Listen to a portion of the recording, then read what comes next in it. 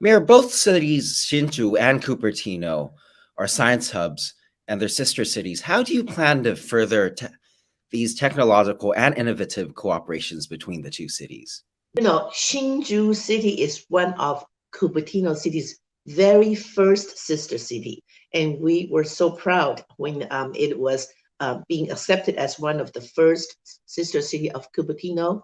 We do a lot of student exchanges, education exchanges, and cultural exchanges, not so much on technology exchanges. So every year before COVID, Hsinchu Sister City would bring students into Cupertino elementary and high schools. They will stay here for about a week to 10 days. And we will, get them into classrooms with our students and do cultural exchanges and bring them, of course, into tours. So that is one of the main purpose to be sister cities. It's more education based. Cupertino is a very education focused community. And so when we established sister city with Hsinchu, education is one of our major goals. Of course, when we actually, I went for about, I want to say 20 years ago when I was a school board member with our high school district. We actually went to Taiwan on the invitation of, the organizations from Hsinchu and also from Taiwan Foreign Affairs. Do you feel that there could be more exchanges in terms of, say, IT, or given that Cupertino is a home to Apple and that Hsinchu's, the heart of the IT base in terms of technological student exchanges? So how we operate here is Cupertino Hsinchu Sister City has a nonprofit organization. So it depends on the board members there, what their focus are. In the past, it's been education. So I could post this question to our Cupertino Hsinchu Sister City Committee and ask them, what kind of cultural, in addition to cultural education, what kind of industry exchange we could do. Because with TSMC's expansion in Arizona, there seems to be renewed interest, or you could say more interest in terms of technological cooperation. And of course, all of this starts from education. I think that could be a future prospect that Cupertino City can work with the Hsinchu Sister City Committee and further expand our connections and partnership. Cupertino is also home to one of the largest Taiwanese communities in Northern California. What are the community's specific concerns, and how do you plan to address these concerns? When I moved into Cupertino in 1990, that's about 32 years ago, the Chinese American community was not that big. We were maybe around 30, 40%. Right now, with Asian community, that includes Chinese Americans, Indian Americans, Korean, Japanese, we are actually way over 65%, close to 70%. So it is a very heavily Asian populated city. When I first moved here, the foreign language department in our high school only has French, Spanish, German, and Japanese. And we added Chinese. It took a lot of efforts for the Chinese schools, Chinese community schools, to work with the school district and then and introduce the Chinese class officially into the foreign language department in the high schools. So what we have right now, so a lot of people say the American is a melting pot. I actually would not describe America as a melting pot. I describe America as a kaleidoscope, 万花筒.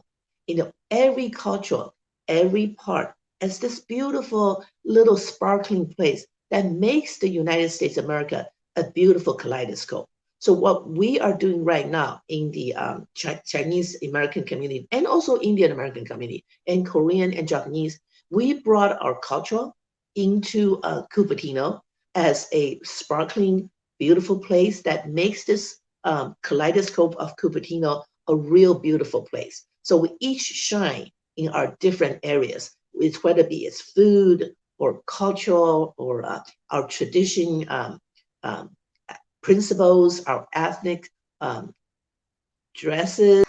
It's interesting you mentioned the concept of kaleidoscope. Do you feel that immigrants from Taiwan are actually increasing, given that there's more cooperation in terms of technology and yes, adding to that kaleidoscope? Absolutely. So it's not just education, it's also our ethnic cultural, we bring our values into it. We really, we love our families. We're more respectful to our parents. We bring that into it. And also we bring our technology. In terms of setting policy, what are the key policies that you plan to put out? Our goal with the new council is really to take care of residents, but there are three levels of residents.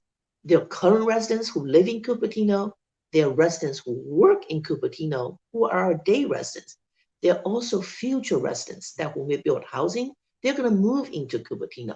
So our goal is to move Cupertino forward to serve three levels of residents, not just the current resident. Yes, we listen to their needs. We would accommodate what they need, but we want to look forward to the next 50 years.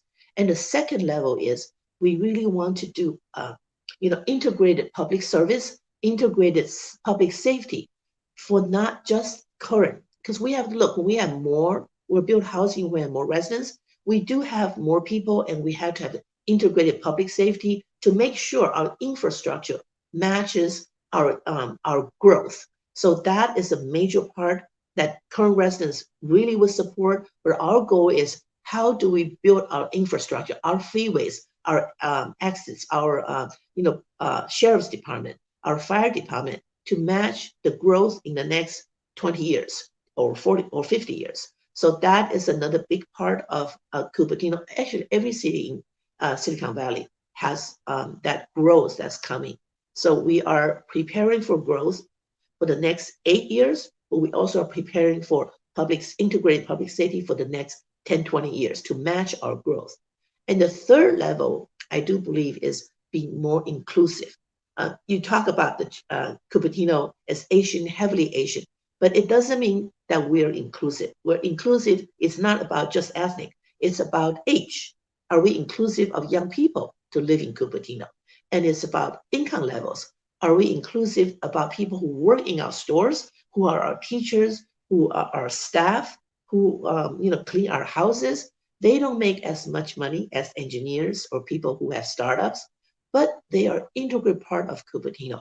Are we inclusive enough to provide housing for them to stay in Cupertino? So inclusiveness is not just about ethnic, Asian Americans or Caucasian. It's about different income levels, different age groups, different religious beliefs. So we would love Cupertino to be a more inclusive city that encompasses different levels of